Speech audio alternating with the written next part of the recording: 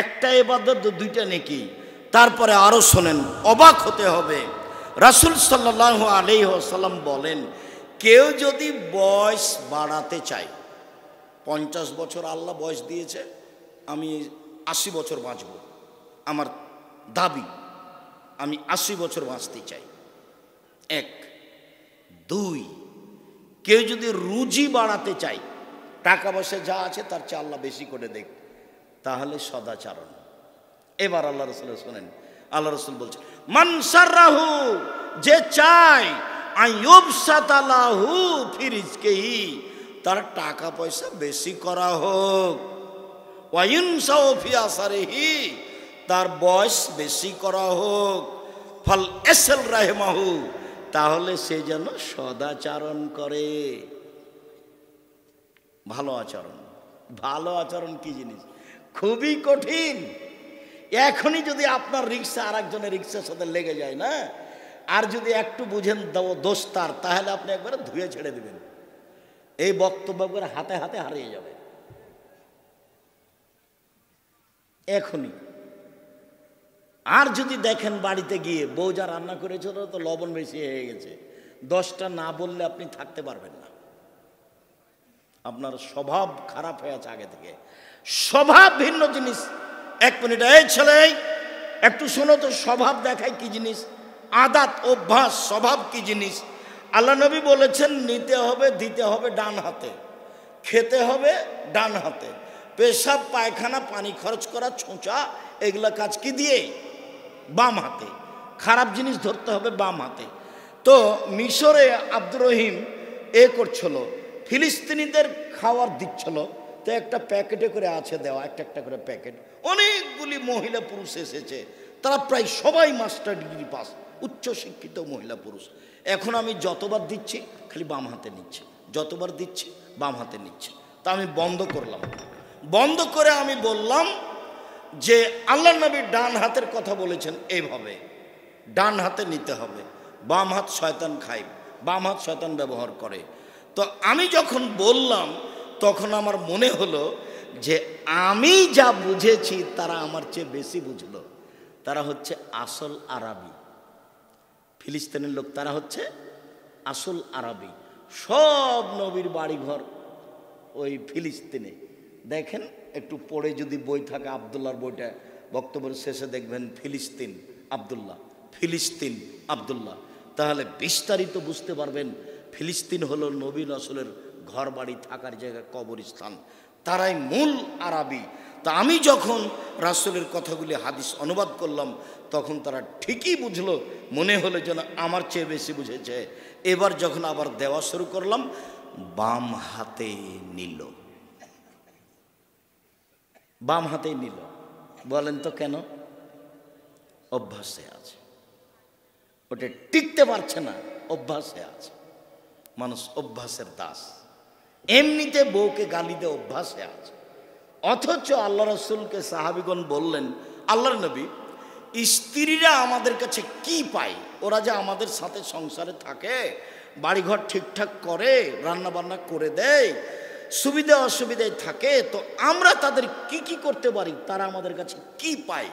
তখন তিনি বলছেন, আন আতএমহা ইজা তায়ামতা, যখন খাবা তখন খাওয়াবা, অতাকসুহা মাক্তাসাইতা, যখন পরবা তখন পরাবা, ওলা তুকাব্বে, স্ত্রীকে কটু কথা বলবা না, গালি দিবা না, কটু কথা বলবা না, বলতে পাবা না তোমার ঠোঁটটা মোটা, বলতে পাবা না তোমার রংটা কালো, বলতে পাবা না তোমাকে দেখতে ভালো লাগে না, এরকম কোনো কটু কথা বলবেন না। অলা তাজরে বালালো, যে মুখের উপরে মারবেন না, এগুলো পায় আপনার কাছে।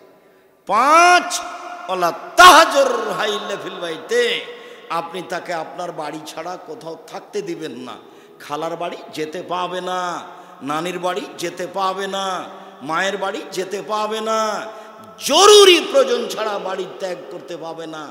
বাজার তো বহু দূরের কথা, পুরুষ তার স্ত্রীকে বাজার যেতে বলেছে, ওর ভিতরে ওর শরীরে রক্ত নাই, সবই পুজ, ওরকম কাপুরুষ স্বামী, তার আত্মমর্যাদা বলে কোনো জিনিস নাই, সারাদিন বউটা পুরুষের সাথে ধাক্কা খাচ্ছে, একটুকু তাকে খারাপ লাগে না, একটুকু খারাপ লাগে না।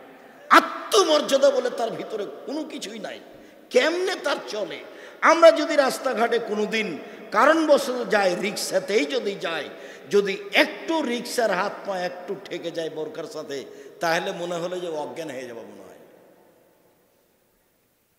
দিন রাত বাজার করছে, আপনি এসেছে, আপনার বউ এসেছে, ওই যে জিনিস কিনছে এখন, ওটা আপনার বউ না, ওটা আপনার মেয়ে। ওটা কি হিন্দুর মেয়ে?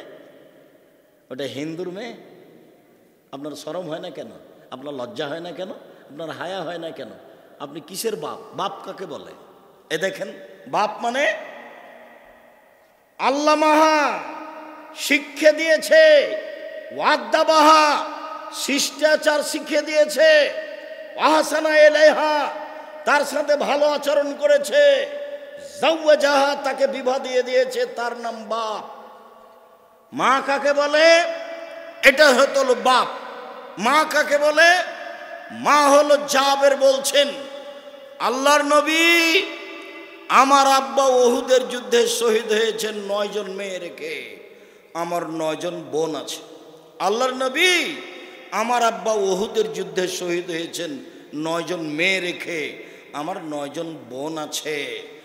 আমি বেশি বয়সের মেয়ে বিবাহ করেছি 4টা কারণে, আমি কম বয়সের মেয়ে বিবাহ করিনি। আপনি তো বলছেন জাবের কুমারী কম বয়সের মেয়ে বিবাহ করলে না কেন? তুমি তার সাথে খেলতেও তোমার সাথে খেলতো, তুমি তার সাথে খেলতেও তোমার সাথে খেলতো। আপনি তো এই কথা বললেন, কিন্তু ঘটনা হচ্ছে আমার আব্বা ওহুদের যুদ্ধে শহীদ হয়েছেন 9 জন মেয়ে রেখে, আমার 9 জন বোন আছে। আক্রাহু আন আতাজাওয়াজা মিসলাহুন্না, আমি 4টা কারণে তাদের মতো কম বয়সের কম বুদ্ধির মেয়েকে বিবাহ করা পছন্দ করিনি। 4টা কারণে তাদের মতো কম বয়সের মেয়েকে বিবাহ করিনি। 4টা কারণে তাদের মতো কম বয়সের মেয়েকে বিবাহ করিনি। 1 লে তুয়াল্লিমাহুন্না, আমার স্ত্রী যেন আমার বোনদেরকে বিদ্যা শিখাতে পারে। 2 বলে তুয়াদ্দেবাহুন্না, আমার স্ত্রী যেন আমার বোনদেরকে শিষ্টাচার শিখাতে পারে। 3 বলে তুরাজ্জেলাহুন্না, আমার স্ত্রী যেন আমার বোনদের মাথার চুল চিরুনি করে সাজগোজ করে পরিপাটি করে রাখতে পারে। 4 বলে তাকুমা আলাইহিন্না, আমার স্ত্রী যেন আমার বোনদেরকে পাহারা দিতে পারে। 1 মা মানে বিদ্যা শিখিয়ে দিবে, 2 মা মানে শিষ্টাচার শিখিয়ে দিবে, 3 মা মানে বাচ্চাকে সাজগোজ করে পরিপাটি করে রাখবে, 4 মা মানে বাচ্চার পাহারা দিবে, পাহারাদার। তো এখন তো আপনার মেয়ে ক্লাস 10-এ পড়ে, ওই যে জিলাপি কিনছে, ও তো ক্লাস 7-এ বইলে 3টা বাচ্চা হতো। বলেন ওর পাহারাদার কে? ওর পাহারাদার শয়তান। আর পাহারা কে দিবে? আল্লাহ নবী তো বলছে যে আপনার স্ত্রী। শিষ্টাচার কি জিনিস? বাড়িতে যে দেখবেন আপনার মেয়ের নখটা বড় আছে, নখে নেইল পালিশ আছে। ইহুদি খ্রিস্টানদের পতিতালয়ের মেয়েদের বৈশিষ্ট্য হচ্ছে নখে নেইল পালিশ দেওয়া। ইহুদি খ্রিস্টানদের পতিতালয়ের মেয়েদের বৈশিষ্ট্য হচ্ছে নখে নেইল পালিশ দেওয়া। তো আপনার মেয়ের নখ বড় আছে, নখে নেইল পালিশ আছে, বলেন তো শিষ্টাচার কাকে বলে? শিষ্টাচার কি জিনিস? আপনার স্ত্রীর সামনে আপনার বাচ্চা বাম হাতে গিলাস ধরে পানি খায়, বলেন তো শিষ্টাচার কি জিনিস? আপনার স্ত্রী আপনার বাচ্চাকে এমনিতেই শোয়া দেয় দিনে রাতে, অথচ ডান কাতে শোয়াতে হবে দোয়া পড়ে, বলেন তো শিষ্টাচার কি জিনিস? আপনার বাচ্চাকে আপনার স্ত্রী এমনিতে দুধ খাওয়ায়, বিসমিল্লাহ বলে না। আল্লাহ নবী বলছেন মা যতবার বিসমিল্লাহ ছাড়া বাচ্চাকে দুধ খাওয়াবে ততবার শয়তান খাবে, নিশ্চিত খাবে, অবধারিত খাবে, খাবেই খাবে। আল্লাহর নবী বলেছেন খাবে, অতএব খাবেই। আপনার স্ত্রী একদিনও বিসমিল্লাহ বলে না, বলেন তো শিষ্টাচার কি জিনিস? আপনার বাড়ির দরজাটা আপনার স্ত্রী বন্ধ করে, বিসমিল্লাহ বলে না, বলেন তো শিষ্টাচার কি জিনিস? আপনার বাচ্চাকে সন্ধ্যার সময় আপনার স্ত্রী বাহিরে নিয়ে চলে যায়, উঠানে নিয়ে যায়, ছাদের উপরে নিয়ে যায়। আল্লাহ নবী বলছেন সূর্য ডুবার সময়তে বাচ্চাকে বাইরে নিবা না, কেননা ওই সময় শয়তান চলাচল করে। বাচ্চাকে দেখলে বাচ্চা রাতে কান্নাকাটি করবে, বহন করবে, আপনার স্ত্রী বুঝে না। বলেন তো শিষ্টাচার কি জিনিস? ডান হাতটা বাচ্চার আগে গায়ে ঢোকাতে হবে। বলেন তো শিষ্টাচার কি জিনিস? ডান পায়ের জুতাটা বাচ্চাকে আগে দিতে হবে। বলেন তো শিষ্টাচার কি জিনিস? পেশাব পায়খানা ঢোকার সময় তো দোয়া পড়তে হবে। বলেন তো শিষ্টাচার কি জিনিস? বের হওয়ার সময় তো দোয়া পড়তে হবে। বলেন তো শিষ্টাচার কি জিনিস? শিষ্টাচার কাকে বলে? আপনার বউকে দেখলে মনে হয় ও একজন হস্তিনী মহিলা, ও একজন হস্তিনী মহিলা। এ দিয়ে আপনি সংসার করছেন কিভাবে? আমি তালাক দিতে বলিনি, আপনি পরামর্শ দেন, বুঝান। যদি শেষ পর্যন্ত নাই হয় তাহলে তালাক দিতে হবে, এ কথাই ঠিক। আবু হুরায়রা রাদিয়াল্লাহু তাআলা আনহু বলেন, রাসূল সাল্লাল্লাহু আলাইহি সাল্লাম বলেছেন, আর-রাহমু শুহনাতুন মিনার রহমান, সদাচরণ রহমান থেকে বের হয়েছে। এটা হলো রহমান, সদাচরণ রহমান থেকে বের হয়েছে। কাল আল্লাহ তাআলা, আল্লাহ তাআলা বলেন, এই সদাচরণ, মান ওয়াসালাকে ওয়াসালতুহু আমান কাতাকে কাতাতুহু, তোমাকে যে নিবে আমি আল্লাহ তাকে নিব। এই সদাচরণ, তোমাকে যেই ছেড়ে দিবে আমি আল্লাহ তাকে ছেড়ে দিব। যার সদাচরণ নেই তার আল্লাহ নেই। ও খায় কিভাবে? হিন্দু যেভাবে খায়। বেঁচে থাকে কিভাবে? হিন্দু যেভাবে বেঁচে থাকে। এই চলো, এই থামো। আয়েশা রাদিয়াল্লাহু তাআলা আনহা বলেন, সদাচরণ এইভাবে আর্শ ধরে ঝুলন্ত, সদাচরণ এইভাবে আর্শ ধরে ঝুলন্ত, ঝুলন্ত অবস্থায় সদাচরণ বলে। পৃথিবীর মানুষ শুনে রেখো, মান ওয়াসালানি ওয়াসালাহুল্লাহ, আমাকে যে নিবে আল্লাহ তাকে নিবেন। অমান কাতানি কাতাহুল্লাহ, আমাকে যে ছেড়ে দিবে আল্লাহ তাকে ছেড়ে দিবেন। সদাচরণ কি জিনিস? যার আল্লাহ নেই তার, যার সদাচরণ নেই তার আল্লাহ নেই, যার সদাচরণ আছে তার আল্লাহ আছে। সদাচরণ দেখাবেন আব্দুর রাজ্জাক সাহেব বাস্তব? জি হ্যাঁ, দেখেন। কিভাবে দেখবেন? আল্লাহ রাসূল বলছেন, আল মুমিন লিল মুমিন কাল বুনিয়ান ইয়াসুদ্দু বাযুহু বাযান সুম্মা সাব্বাকা বাইনা আসসাবিহি। একজন মুমিন আর একজন মুমিনের সাথে প্রাচীরের মতো। তারপর ডান হাতের আঙ্গুল বাম হাতের আঙ্গুলে ঢোকালেন, এইভাবে। মুমিন এইভাবে থাকবে। দল পার্টি করে একজন আর একজনকে পেলে জবাই করে দেবে, ফাঁকে পেলে। আর যদি জেলে দিতে পারে, কাজ একটা করেছি ভাই, একটা কাজ করেছি, কি হয়েছে? আরে ওকে তো জেলে ঢুকিয়ে ছেড়েছি। আজকের পরে যতদিন বেঁচে থাকবেন প্রতিশোধ আজকে মুছে দেন। প্রতিশোধ নেই, সে দোস্ত হোক আর দুশ্মন হোক, সে যেই হোক না কেন, যে কয়েকদিন যে কয়েক ঘন্টা বেঁচে আছেন প্রতিশোধের পাতা কেটে দেন। এ দেখেন মুমিন কি জিনিস। রাসূল সাল্লাল্লাহু আলাইহি সাল্লাম বলেন, আল মুমিন লিল মুমিন কারাজুলিন ওয়াহিদ, সারা পৃথিবীর মুমিন পুরুষ নারী একজন।